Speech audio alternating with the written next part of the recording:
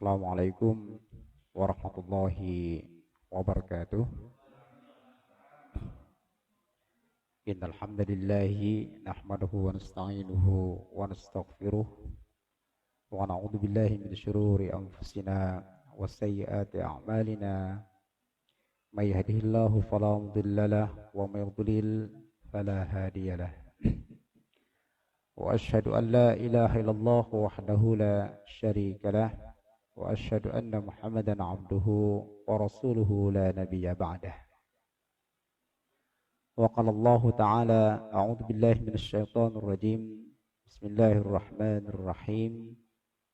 Ya ayyuhalladzina amanu taqullaha haqqa tuqatih wa la tamutunna illa wa antum muslimun.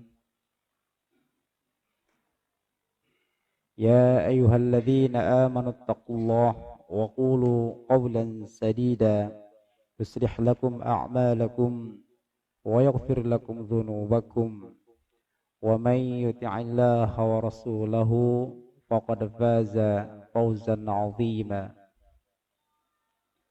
اللهم صل وسلم على نبينا محمد وعلى آله وأصحابه أجمعين. أما بعد. Para asatidz, ustadzat, ikhwani wa akhwati fillah, jamaah salat subuh yang dimuliakan Allah Subhanahu wa taala. Alhamdulillah, dengan izinnya pagi ini Allah perkenankan kita untuk menambah amal, menambah ilmu, menambah rasa ketakutan kita kepada Allah Subhanahu wa taala.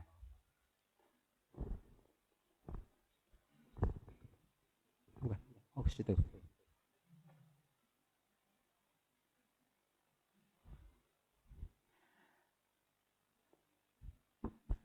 Dalam kitab Bidayatul Hidayah,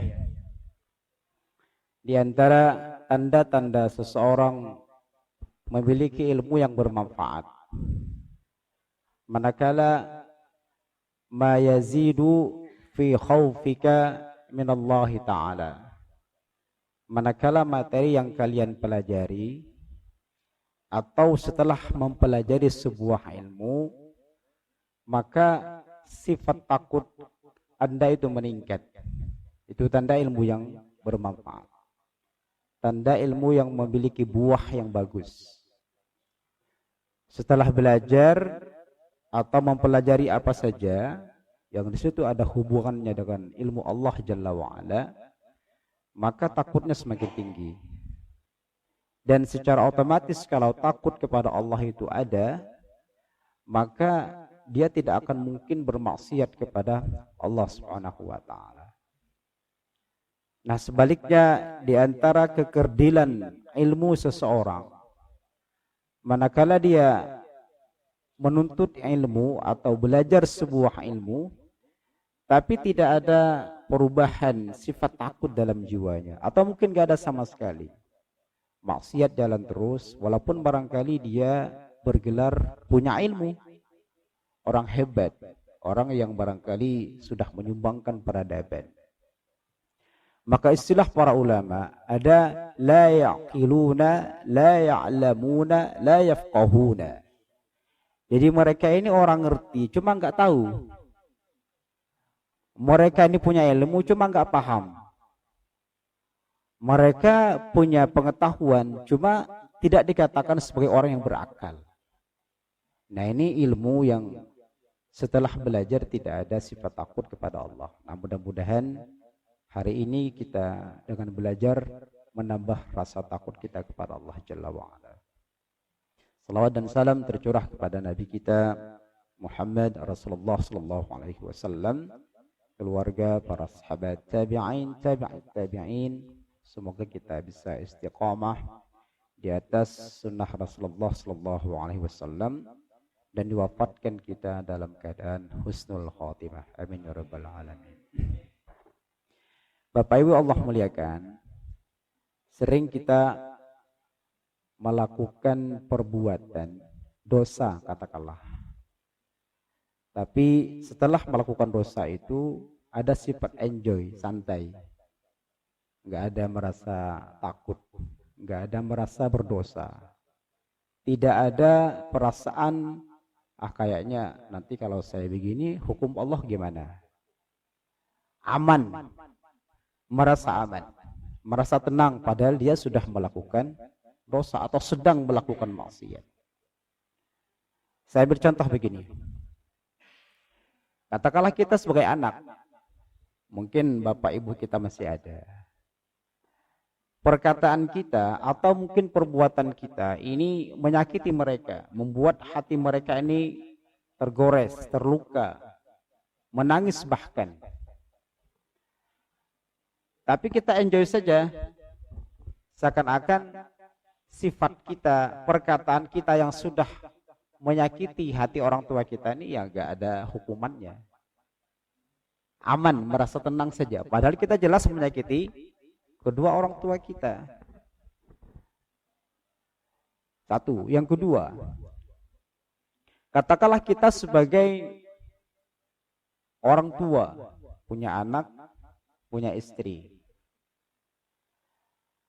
Mungkin sebagian kecil di waktu-waktu kita ini pernah zalim kepada istri kita, anak kita. Mungkin perasaannya tidak kita jaga.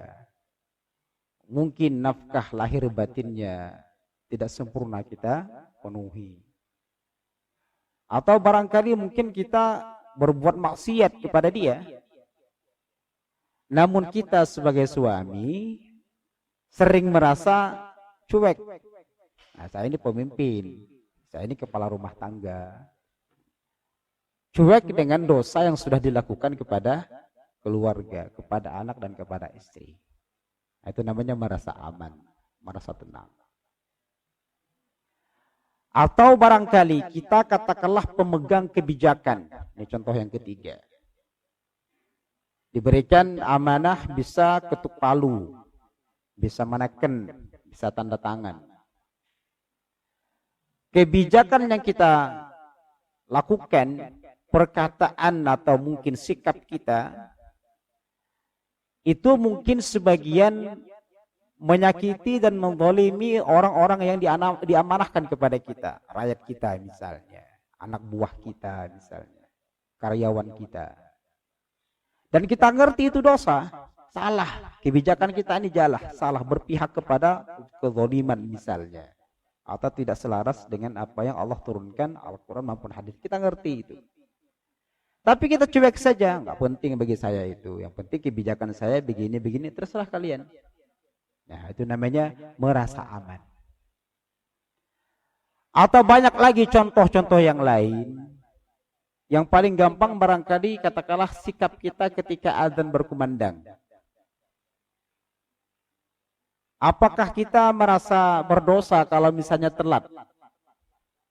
Atau barangkali sebagian kecil dari saudara-saudara kita kalau dengar azan, kemudian orang sudah sholat, dia nggak sholat misalnya, tenang-tenang aja, padahal nggak sholat misalnya. Dan ini kan sikap merasa aman dari azab Allah Subhanahu Wa Taala. Banyak lagi contoh-contoh yang lain. Nah, ikhwani fillah wa akhwati fillah rahimani wa rahimakumullah. Allah Subhanahu wa taala mengingatkan kepada kita tentang sifat sikap merasa aman dari azab Allah Subhanahu wa taala. Sifat merasa tenang dari datangnya hukuman Allah padahal seseorang itu sedang atau sudah berbuat maksiat. Allah berfirman, "A'udzubillahi minasyaitonir rajim. Afa amina ahlul qura ay ya'tiyakum ba'suna bayata wa hum naimun." Apakah penduduk negeri itu merasa aman dari datangnya siksaan kami kepada mereka bayatan di waktu malam ketika mereka sedang tidur? Coba kita evaluasi, 1 jam, 2 jam sebelum kita tidur kita ngapain? Mudah-mudahan beramal saleh, mudah-mudahan. Atau barangkali ada yang barangkali depan TV nonton ABC, ada dosa di sana, kita tidur, tenang saja. Tidur setelah atau mungkin sedang bermaksiat. Tidur di depan TV. Atau mungkin tidur lagi mendengar sesuatu yang tidak menarik, yang tidak pas untuk didengar. Kita tidur. Merasa aman saja. Merasa tenang saja. Padahal kita jelas 1 jam sebelumnya, 2 jam sebelumnya, atau mungkin sedang kita bermaksiat kepada Allah Subhanahu wa taala. Wa hum naim. Apakah kalian merasa aman dari datangnya azab kami ketika malam saat kalian tidur? Awa amina ahlul qura ayyatiyahum ba'suna duha wa hum yal'abun. Atau apakah sebuah negeri ini aman, tenang dari azab Allah Subhanahu wa taala di waktu duha, waktu pagi, ketika mereka lagi enjoy, lagi santai, lagi bermain, lagi rekreasi. Apakah mereka merasa aman? Merasa tenang saja? Nah, biasanya kalau azab-azab besar, katakanlah kita mereview sejenak saudara-saudara kita yang pernah Allah uji. Aceh misalnya. Itu terjadinya kapan tuh? Siang apa malam? Pas pagi. Pagi. Ayat Allah Subhanahu wa taala jelas sekali ini. Apakah kalian merasa aman dari datangnya azab Allah ketika duha saat mereka ini bermain, santai, enjoy. Jadi menatap masa depan yang sesaat. Nanti saya jam sekian mau gini, jam sekian mau gini. Tapi dia lupa bahwasanya azab Allah ini dia tidak tahu apakah mungkin menimpa mereka ataukah Allah bebaskan dari itu. Nah, jamaah Allah muliakan. Al-Imam As-Sa'di rahimahullahu taala di dalam tafsirnya Taisirul Karimir Rahman fi tafsir Kalamil Mandan.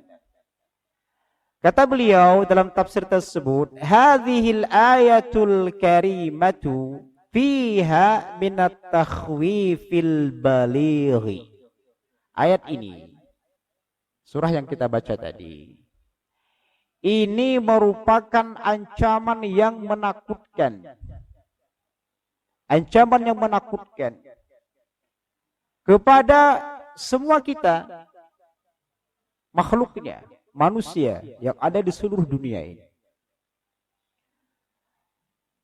Annal abda la yanbaghi lahu ayyakuna aminan.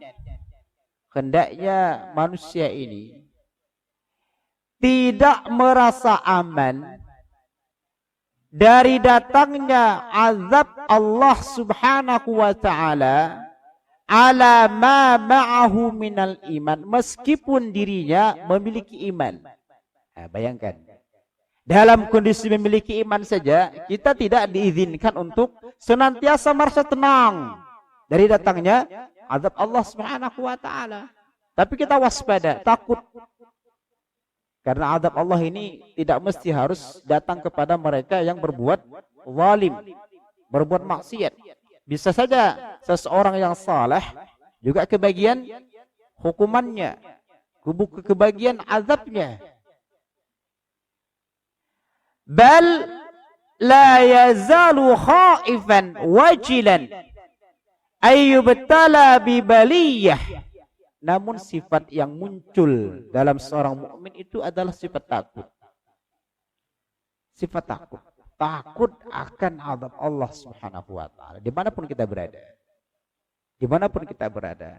Karena boleh jadi, kata beliau, bahwasanya iman itu mungkin hilang gara-gara datangnya malapetaka, fitnah. Baik itu fitnah yang bersifat menyenangkan maupun fitnah itu bersifat menyusahkan. Kita ambil contoh. Ada saudara-saudara kita dulu yang ketika dia di pesantren, S1, S2, katakanlah dia masih mengatakan, ya Islam ini agama yang benar. Tapi ketika dia sudah selesai S2, S3, diberikan amanah, diberikan fitnah, diberikan ujian berupa jabatan. Berputar balik perkataan dia. Kata mereka, ya semua agama ini benar. Sedikit saja. Iman ini tidak ada yang menjamin hilang dari diri kita. Makanya kita senantiasa takut kepada Allah Jalla wa'ala. Makanya Imam As-Sa'di rahimahullahu ta'ala menasihati kita. Kata beliau, hendaknya kalian banyaklah meminta kepada Allah subhanahu wa ta'ala dengan doa, ya muqallibal qulub, tsabbit qalbi ala ta'atik atau ala dinik. Ya Allah, zat yang membolak-balikkan hati, tolong berikan keistiqomahan, pendirian, keteguhan, konsisten di dalam melakukan agama. Karena tidak ada jaminan seseorang ini terpelihara dan terjaga imannya ketika datang fitnah itu. Nah, ikhwani wa akhwati fillah rahimani wa rahimakumullah. Kita mengevaluasi diri. Apa ciri-ciri orang yang merasa aman dari azab Allah Subhanahu wa taala ini? Syekh bin Baz dalam fatwa beliau menjelaskan yang pertama, kaunuhu ma yubali ma yakhafullaha wa la yubali bil ma'asi. Ini sifat yang pertama. Kalau ada dalam diri kita, naudzubillah. Pertama, dia memiliki sifat cuek terhadap dosa yang sudah dia lakukannya. Enjoy, santai. Bahkan dia tidak takut atas akibat dosa yang sudah dilakukannya. Dia nggak ingat, nanti anak saya gimana ya? Nanti istri saya gimana ya? Nanti masa depan saya ketika tua gimana dengan dosa yang hari ini saya lakukan?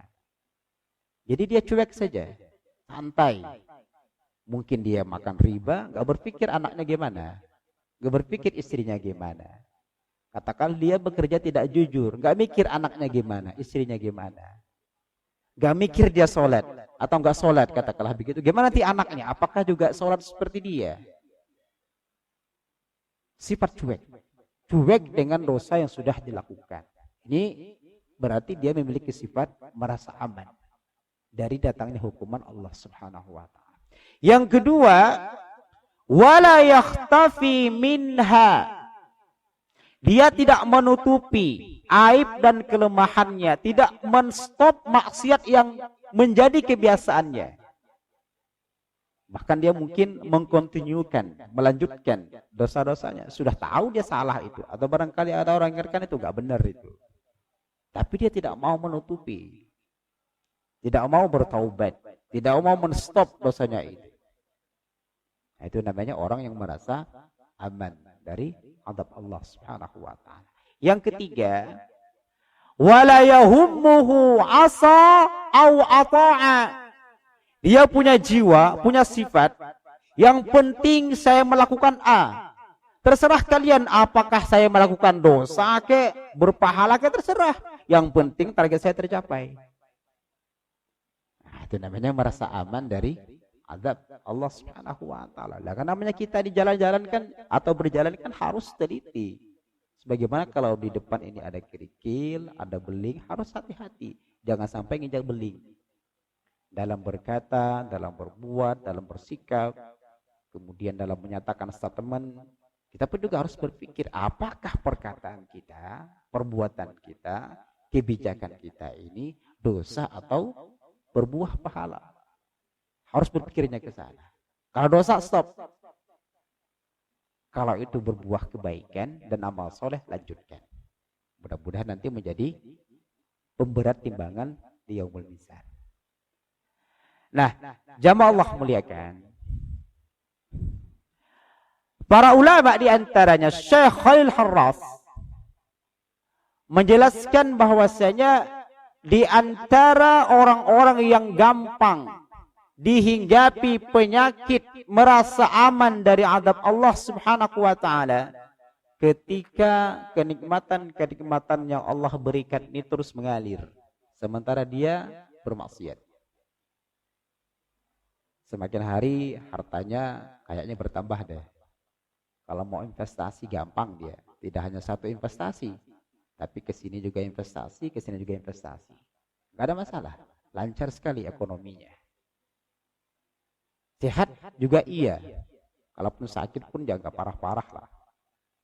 Jadi kenikmatan tuh terus ada dalam dirinya. Masalah pangkat dan jabatan barangkali bertahan atau mungkin semakin tahun semakin meningkat. Dan gampang menjadi jabatan itu. Jadi kenikmatan Allah ini Allah berikan kepada mereka. Dalam bahasa sederhananya, istidraj. Istidraj. Jadi hukuman Allah yang Allah datangkan secara pelan-pelan. Dengan cara apa? Dengan cara memberikan kenikmatan-kenikmatan kepada mereka. Tapi mereka ini bermaksiat kepada Allah Jalla wa'ala. Kata Rasulullah sallallahu alaihi wasallam, "Idza ra'aitallaha ta'ala yu'til 'abda minad dunya ma yuhibbu wa huwa muqimun 'ala ma'asihi." Kalau kita melihat seseorang yang keinginannya, cita-citanya, rencananya itu tercapai, lancar, enggak ada masalah. Allah inginkan, Allah segerakan. Hanya saja dia bermaksiat. Kepingin anaknya A, B, C, urusan anaknya lancar. Bikin acara A, B, C, lancar. Ya, mau katakanlah punya gaji sekian, mudah diperoleh. Lancar semuanya. Tapi dia jauh dari Allah Jalla wa'ala. Kata Rasulullah, fa innama dzalika minhu istidraj. Ketahuilah bahwasanya itu sesungguhnya adalah jebakan. Hukuman Allah secara pelan-pelan kepada kita. Makanya Allah Subhanahu wa taala mengingatkan kepada kita semua bahwasanya di antara cara Allah menghinakan seseorang itu adalah ketika mereka diikatkan, dinasihati, diberikan pemahaman, diajari kalau bahasa kita, didakwahi mungkin. Ini baik. Oh, ini enggak baik ini. Tapi mereka melupakan, mereka menolak. Falamma nasu ma dzukiru bihi. Ketika mereka melupakan peringatan-peringatan kami, kata Allah. Melupakan peringatan Allah. Melupakan Al-Quran. Melupakan agamanya. Tapi apa yang Allah berikan kepada mereka? Fatahna alaihim abwaaba kulli syai'. Namun Allah bukakan kepada mereka kemudahan-kemudahan segala sesuatu. Padahal dia lupa dengan hukum Allah. Tapi Allah kok malah membuka kesempatan, peluang, kesenangan, kesejahteraan barangkali dari sisi materi kepada mereka. Tapi ingat kata Allah, hatta idza farihu bima utu, sampai mereka ini sudah kayak enjoy banget, senang banget lah, santai gitu. Ini insya Allah masa depan saya tenang ini, jabatan sudah ada.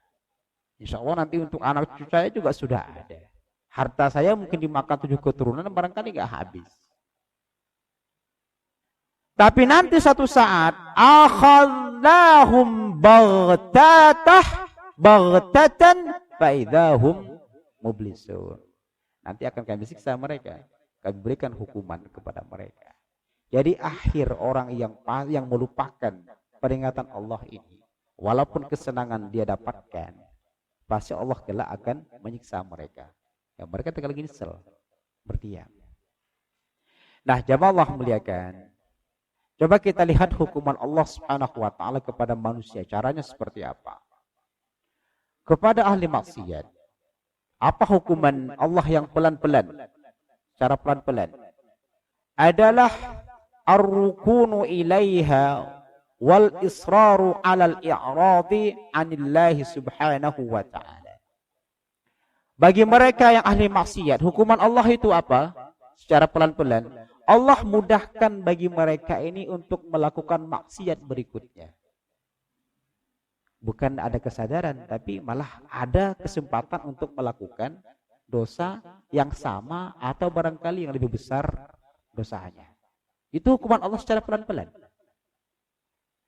Yang kedua, para penuntut ilmu, para ahli ilmu, apa hukuman Allah kepada mereka secara pelan-pelan? Kata para ulama adalah talabul jah wal manzilah indal khalqi. Dia penuntut ilmu. Dia paham tentang agama. Tapi niatnya ini, hasratnya, tujuannya ini, kepingin mendapatkan posisi di hati manusia. Nah, kalau dia belajar tujuannya agar mendapatkan ekspresi, ya, apresiasi dari masyarakat, dari orang sekitar. Tujuannya bukan karena Allah Jalla wa'ala. Hati-hati, jangan-jangan itu adalah hukuman Allah bagi dia. Walaupun dia menuntut ilmu. Walaupun dia menuntut ilmu. Apalagi misalnya dia bercita-cita nanti kalau saya habis kuliah, insya Allah mau menjabat sebagai A. Menjabat sebagai B. Punya pekerjaan A, punya pekerjaan B. Nah, itu namanya hukuman Allah kepada dia secara pelan-pelan. Yang ketiga, ada para ulama yang faham tentang syariat. Cara Allah menghukum mereka itu apa? Istiktsaru wal i'jab, gampang dan mudah untuk ta'ajub terhadap apa yang dia analisa, yang dia putuskan. Kata dia, saya ini hafal Al-Quran, hafal hadis, bisa memberikan hukum-hukum, pandai berdalil, merakit ayat-ayat, hadis-hadis sehingga menyimpulkan. Bisa saya, karena saya memahami usul fikih misalnya. Jadi gampangnya itu ta'ajub. Itu hukuman Allah Subhanahu wa taala kepada mereka yang ahli di dalam sebuah ilmu. Nah, jamaah Allah muliakan.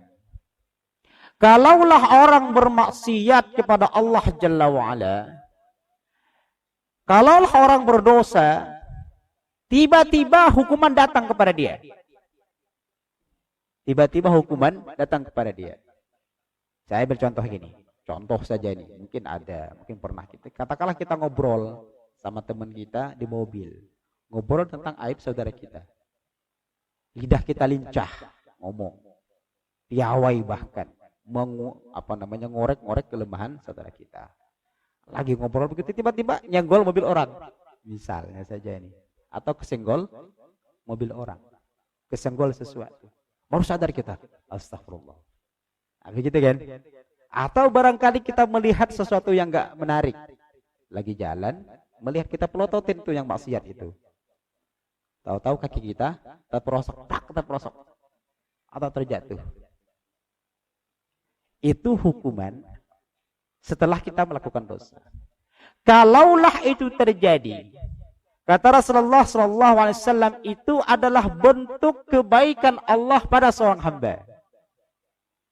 Kalau sudah berdosa, tiba-tiba hukuman datang.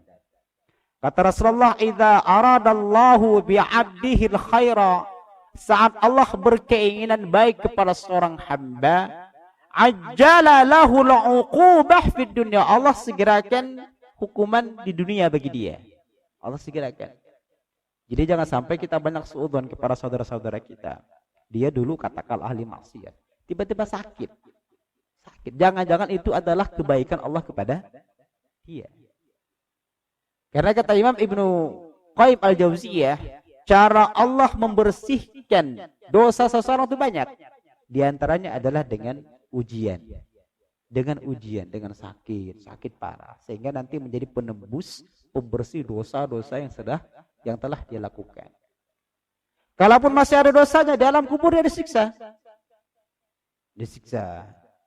Masih ada dosanya, nanti di alam akhir Allah masukkan dia ke neraka sampai bersih. Setelah bersih baru Allah masukkan ke surga. Itu cara Allah membersihkan manusia. Wa idza aradallahu bi'abdihi syarra, ketika Allah berkehendak buruk bagi seorang hamba, amsaka anhu bi dzambihi, Allah tahan azab, hukuman, siksa bagi dia. Padahal dia sedang bermaksiat nih, tapi nggak ada apa-apa, lancar saja. Niat buruk dia, amalan yang buruknya nggak ada yang menghalangi, atau bahkan mungkin dijaga. Itu sesungguhnya adalah bentuk Allah tidak berbuat baik kepada dia. Nah, kira-kira kita masuk yang mana nih? Semoga Allah memberikan kebaikan kepada kita. Saat ada kita khilaf, ya diberikan teguran. Supaya nanti kita di dunia ini berakhir dengan kehidupan yang bersih saat meninggal dunia atau ketika kita pindah di alam berikutnya nanti sudah tidak ada lagi dosa yang kita miliki. Nah, jamaah Allah muliakan. Orang yang bermaksiat atau orang yang merasa aman dari azab Allah Subhanahu wa taala ini dikatakan oleh para ulama sebagai orang yang fasik. Merasa aman dari azab Allah, tenang setelah bermaksiat, itu dikatakan waqad sammahullah fasikan. Allah memberikan gelar kepada dia fasik. Fasik. Fasik ini ya pelaku dosa, pelaku maksiat. Nah, mengapa orang merasa aman dari azab Allah? Apa sebabnya? Di antaranya adalah karena maljahlu, kebodohannya. Mungkin kita atau mungkin mereka kurang banyak belajar, kurang banyak hadir di majelis ilmu, kurang baca, kurang mendengar. Sehingga kita nggak ngerti ini halal, ini haram nih, nggak ngerti. Ini barangkali yang membuat dia tidak ada perasaan takut, santai saja, mau dosa ke mau berpahala nggak ngerti saya. Nah, ini karena kejahilan. Yang kedua, wa imma li ghururihi bi annahu muwahhid wa annal ma'asi la tadurruhu. Dia ini ada sifat ini kayak kalau melakukan dosa nih punya gini, punya perasaan ini orang nggak tahu nih, nggak apa-apa lah. Ada jiwa begitu. Ada bisikan dalam hati, kan orang nggak ngerti, orang nggak tahu. Kan kita hanya berdua di sini. Suara kita juga gak kedengar keluaran, gak ada CCTV ini. Ini kalau ada jiwa seperti itu dia biasanya dihinggapi penyakit merasa aman dari hukuman Allah Subhanahu wa taala. Atau dia bermaksiat seakan-akan punya pikiran gak mungkin berpengaruh kepada kehidupan saya, kepada pangkat jabatan saya. Terserah saya. Ya namanya jabatan saya insya Allah, namanya juga saya dekat sama si fulan bin fulan, pasti langgeng jabatan saya. Nah ini kata para ulama karena dia tertipu dengan sifat seperti itu. Makanya dia merasa santai dan enjoy ketika bermaksiat. Yang ketiga, kata para ulama, kenapa seseorang itu merasa tenang, merasa aman dari datangnya hukum Allah Subhanahu wa taala? Karena dia memiliki jiwa atau memiliki sifat atau pernah berkata dalam jiwanya, saya gini, gampang kok, bertobat aja selesai. Dengan cara bertobat aja selesai. Jadi dia berniat untuk melakukan dosa, tapi punya pikiran, gak apa-apa lah berdosa dikit, nanti juga bisa istighfar. Nah, kira-kira gitu. Makanya para ulama diantaranya adalah Ibnu Abid Dunya dalam kitab beliau At-Taubah. Kata beliau, minnal amni limakrillahi, orang yang merasa aman dari azab Allah Subhanahu wa taala ketika iqamatul abdi 'ala dzambi yatamanna 'ala Allahil maghfirah. Ketika seseorang hamba ini berniat untuk bermaksiat dengan harapan kelak satu saat juga bisa bertaubat, juga bisa beristighfar kepada Allah. Nah ini para ulama mengkategorikan dosa besar seperti itu. Gak apa-apa lah nih uang 1 juta 2 juta ambil aja, besok juga bisa istighfar misalnya. Nah ini dosa besar. Nah ikhwani wa akhwati fillah, oleh karena itu Al-Imam Az-Zahabi di dalam kitabnya Al-Kabair, beliau berkata, Al-Kabiratu Tsalitsah wasittuna, ada dosa besar yang ke-36. Dosa besar ini banyak kata para ulama pembagiannya. Ada di antara mereka yang mengatakan dosa besar itu ada 3. Melakukan kesyirikan kepada Allah, durhaka kepada kedua orang tua, dan sumpah palsu, berdusta. Ada juga para ulama yang mengatakan dosa besar ini ada 7. Pun juga ada para ulama yang mengatakan dosa besar itu ada 70. Di antaranya pendapat sahabat Nabi Ibnu Abbas radhiyallahu anhu, dan yang hal ini juga dipakai oleh Al-Imam Az-Zahabi. Ada dosa besar yang ke-36 adalah al-amnu min makrillahi, merasa aman dari datangnya hukuman Allah yang mungkin datang dengan tiba-tiba, merasa tenang. Dosa besar. Karena setiap apa-apa yang Allah sebutkan dalam Al-Quran diakhiri dengan katakanlah neraka, azab, diakhiri dengan rugi, diakhiri dengan ini adalah zalim, itu berarti dosa besar. Nah, berkaitan dengan definisi ini, makanya beliau Al-Imam Az-Zahabi berdalil kenapa merasa aman dari azab Allah ini termasuk dosa besar, karena Allah Subhanahu wa taala menyebutkan dalam ayatnya Al-Quran ayat 99 surah Al-A'raf. Afa aminu makrallah. Apakah mereka ini merasa aman dari azab Allah yang tidak terduga-duga? Fala ya'manu makrallahi illal qaumul khasirun. Dan tidak ada yang merasa aman dari azab Allah kecuali mereka orang-orang yang merugi. Nah, ini dalil para ulama sehingga merasa tenang dan aman setelah bermaksiat itu termasuk dosa besar. Ini ayat. Ada hadis yang menjadi dalil para ulama kenapa merasa aman ini adalah dosa besar. Sebagaimana hadis dari sahabat Nabi Ibnu Mas'ud radhiyallahu anhu, kata beliau, akbarul kabair, dosa besar yang terbesar. Pertama, al-isyraku billah, ketika orang mensyirikkan Allah Subhanahu wa taala. Yang kedua, wal amnu min makrillahi, merasa aman dari hukuman Allah Subhanahu wa taala, dari azab Allah Subhanahu wa taala. Yang ketiga, wal qanut min rahmatillahi, dia putus asa. Nah, sifat putus asa ini tidak layak dimiliki oleh seorang mukmin. Dia sakit, dia susah, sulit, bahkan jangan putus asa. Kita punya Allah Jalla wa ala. Sifat putus asa ini hanya dimiliki oleh mereka orang-orang kafir saja, karena mereka tidak ada harapan. Kalau kita bahagia, ada harapan Allah pasti memberikan kesenangan. Kalau kita susah pun kita ada harapan, ada Allah Subhanahu wa taala pasti memberikan hikmah di sebalik kesusahan yang kita rasakan. Nah, orang mukmin dia melakukan ketaatan saja itu ada takutnya. Ada sifat takut. Takut barangkali kebaikannya tidak Allah terima. Tapi wal fajir, orang-orang yang terbiasa dan gemar bermaksiat, ya'malu bil ma'asi wa huwa aman. Tapi bagi mereka yang gemar dan biasa bermaksiat, berdosa, saat melakukan maksiat dia tenang. Dia merasa aman, merasa enjoy saja. Seakan-akan hukuman Allah ini enggak datang kepada dia. Makanya dalam hadis Nabi yang mulia Sahih Al-Bukhari misalnya meriwayatkan sebuah hadis, innal mu'min yara dhunubahu ka'annahu qa'id tahta jabal.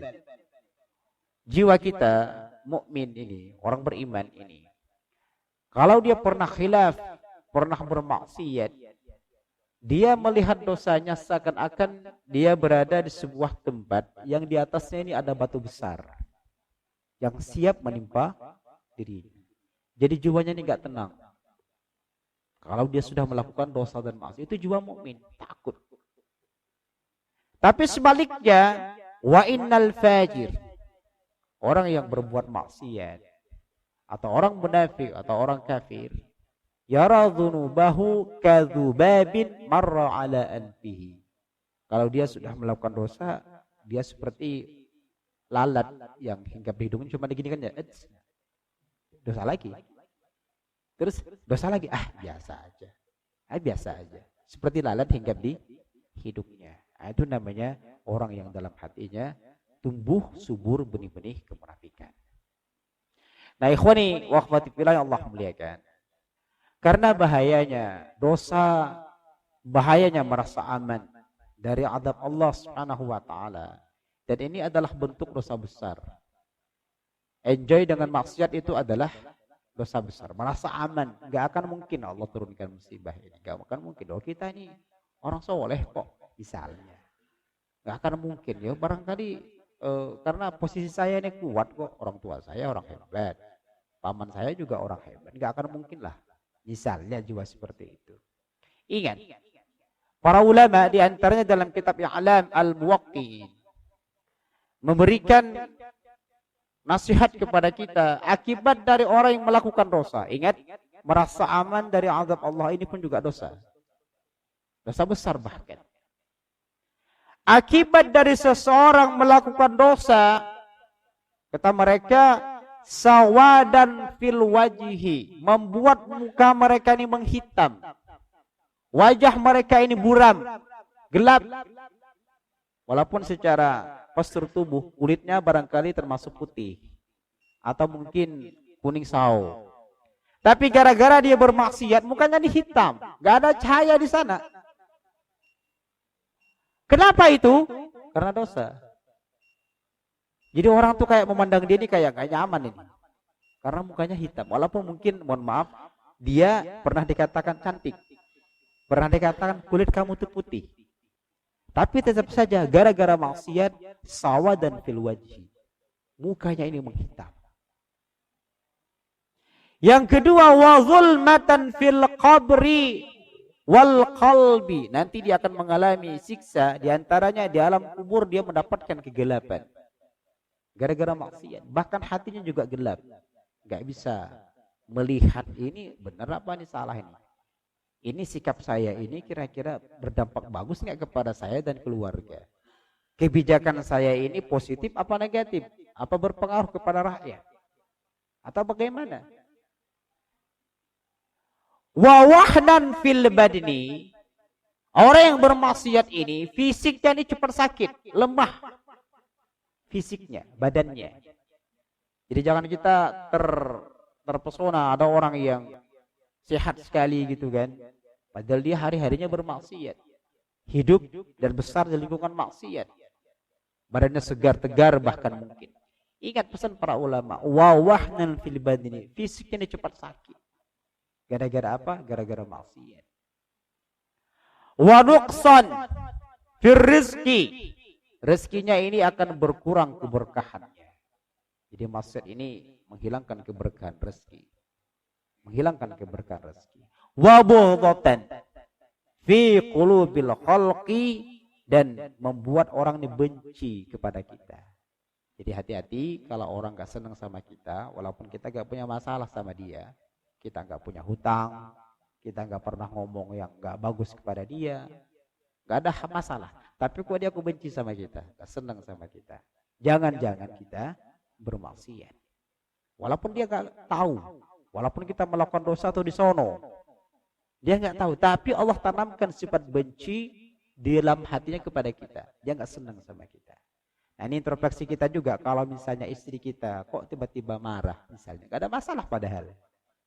Tiba-tiba PRT nggak negur kita, warga nggak senang sama kita, bos kita nggak senang sama kita, atau anak buah kita ini nggak senang sama kita. Jangan-jangan itu gara-gara maksiat yang kita lakukan kepada Allah Subhanahu wa Ta'ala. Nah, akibat maksiat, keberkahan umurnya berkurang, keberkahan ilmunya, keberkahan ketaatannya, keberkahan amal solehnya hilang. Bahkan kata para ulama, orang yang gemar melakukan dosa dan maksiat menyebabkan hatinya ini gelap, tak bercahaya, tak ada cahaya di sana, tidak bersinar. Sulit membedakan mana yang benar, mana yang salah. Sulit mengatakan aku mau hanya yang Allah inginkan, dan atau barangkali ya gak pentinglah bagi saya itu, atau begitu, karena hatinya gelap. Ini hati-hati dengan kenikmatan yang hari ini kita dapatkan.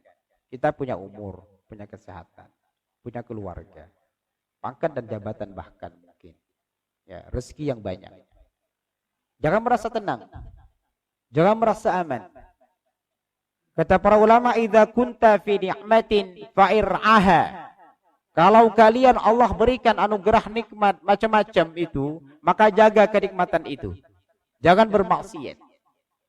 Fa innal ma'asi tazirun ni'am. Karena boleh jadi gara-gara maksiat itu menghilangkan semua kenikmatan. Hilang lepas jabatan kita. Jangan-jangan gara-gara kita bermaksiat dalam bekerja. Mungkin gak jujur, mungkin tidak amanah ketika memberikan atau melaksanakan sebuah tugas. Allah hilangkan kenikmatan itu. Atau barangkali bisa saja harta kita mungkin sebagian hilang. Gara-gara apa? Gara-gara maksiat. Nah, semoga Allah Jalla wa'ala memberikan kepada kita ini sifat merasa takut kepada Allah dalam kondisi apa. Karena jika seseorang ini merasa takut dari azab Allah Jalla wa'ala, maka sebagaimana kata para ulama, idza kunta sallamta minal ma'asi fa innaka fi afiyah. Kalaulah kalian ini bebas daripada maksiat, jauh daripada maksiat, sesungguhnya kalian termasuk kelompok orang-orang yang diberikan al-afiyah, keselamatan. Fa innaka fi afiyah wa illa, tapi sebaliknya kalau kalian terus bermaksiat, artinya merasa aman dari azab Allah padahal sudah bermaksiat atau sedang melakukan maksiat, fala daun adwiya atau adwa minadz-dzunubi, dan tidak ada yang lebih berbahaya, penyakit yang berbahaya kecuali dosa. Jadi dalam ungkapan para ulama ini, penyakit yang berbahaya bukan corona, Pak, tapi dosa. Dosa itu berbahaya. Bisa menghilangkan nikmat, bisa menghilangkan harta, bisa menghilangkan segala keberkahan. Rezeki hilang keberkahannya, umur hilang keberkahannya, ilmu hilang keberkahannya gara-gara maksiat. Nah, pengertian al-afiyah di sini, keselamatan ini, para ulama menjelaskan ada 3. Pertama, kalau kita bebas dari dosa ini atau jauh dari dosa, as-salamatu minal afatid dunyawiyah, Allah akan berikan keselamatan di dalam menghadapi cobaan hidup. Jadi kita diberikan apa, misalnya kekayaan yang kita jalani benar, bersyukur dan memanfaatkan harta itu untuk kebaikan. Andaikan naudzubillah, katakanlah orang Allah uji dengan kemiskinan, pun juga dia benar, mungkin dia sabar, enggak mengeluh, tidak memakan yang haram misalnya, Allah jaga dia. Yang kedua, as-salamatu minal asqam wal balaya, manakala dia menjauhkan dirinya dari para dosa dan maksiat, Allah akan selamatkan dirinya dari penyakit ringan maupun berat, atau dari bala, dari musibah, dari bencana. Yang ketiga, adabul ibtila ibiha was-sabru 'alaiha war-ridha biqada'iha. Jadi andaikan pun musibah itu datang kepada dia, ujian datang kepada dia, tapi dia punya jiwa sabar. Punya jiwa sabar. Dan jiwa sabar ini mahal. Mahal sekali. Untuk kita hari ini mahal sekali sabar ini. Yang seringnya terjadi kan gak sabar, mengeluh, marah, ya, keluar kata-kata yang tidak layak, keluar sikap yang tidak bijaksana, gara-gara tidak sabar. Atau kita punya sifat ridho dengan ketentuan Allah Subhanahu wa taala. Sakit ya ridho. Kaya ya ridho. Gaji sekian ya ridho. Gaji berkurang ya ridho. Dan ini jiwa yang mahal. Sifat ridho dengan ketentuan Allah ini adalah jiwa yang mahal. Bagaimana kita memiliki sifat ini? Caranya adalah jauhkan kita dari maksiat kepada Allah Jalla wa'ala. Nah, ikhwani fillah Allah muliakan, kesimpulannya bahwasanya merasa aman dan tenang dari dosa, merasa tenang dan aman dari azab Allah, dari hukuman Allah Subhanahu wa taala ini merupakan akhlak yang buruk, akhlak yang tidak menarik dan tidak layak dimiliki oleh seorang mukmin. Namun kita memiliki jiwa yang senantiasa takut kepada Allah. Allah punya hukuman dan terserah Allah mau memberikan hukuman apa saja. Namun kita punya harapan, semoga Allah menjauhkan kita dari hukuman yang datang kepada kita. Yang kedua, bahwasanya di antara cara untuk memunculkan sifat takut kepada Allah Jalla wa'ala itu adalah dengan cara menguatkan 3 pemahaman, yaitu tentang ma'rifatullah, kita kuatkan akidah kita, tauhid kita, pemahaman tentang la ilaha illallah, insya Allah jiwa kita akan memiliki sifat jiwa yang takwa. Yang kedua adalah ma'rifatul Rasul. Kita kuatkan pemahaman kita kepada sunnah Rasulullah SAW. Kita kuatkan pemahaman terhadap syahadat wa asyhadu anna Muhammadar Rasulullah. Pahami hadisnya, pahami sunnahnya. Ini akan membuat jiwa kita ini takut kepada Allah Subhanahu wa taala. Yang ketiga adalah ma'rifatul Islam. Kuasai ilmu-ilmu yang telah diwariskan kepada kita ini, ilmu agama, ilmu Islam. Nah, dengan memahami tauhid ini, dengan memahami Islam ini, insya Allah kita punya jiwa takut kepada Allah Subhanahu wa taala dimanapun kita berada. Apakah ketika kita lagi beramal saleh, atau naudzubillah ketika kita khilaf dan berbuat maksiat kepada Allah. Mudah-mudahan yang sederhana ini bermanfaat bagi saya dan kita semua. Yang benar dari Allah Jalla wa'ala, yang salah dari saya pribadi. Wassallallahu ala nabiyyina Muhammadin wa ala alihi wa sahbihi ajma'in. Subhanakallahumma wa bihamdika asyhadu an la ilaha illa anta astaghfiruka wa atubu ilaik. Assalamualaikum warahmatullahi wabarakatuh.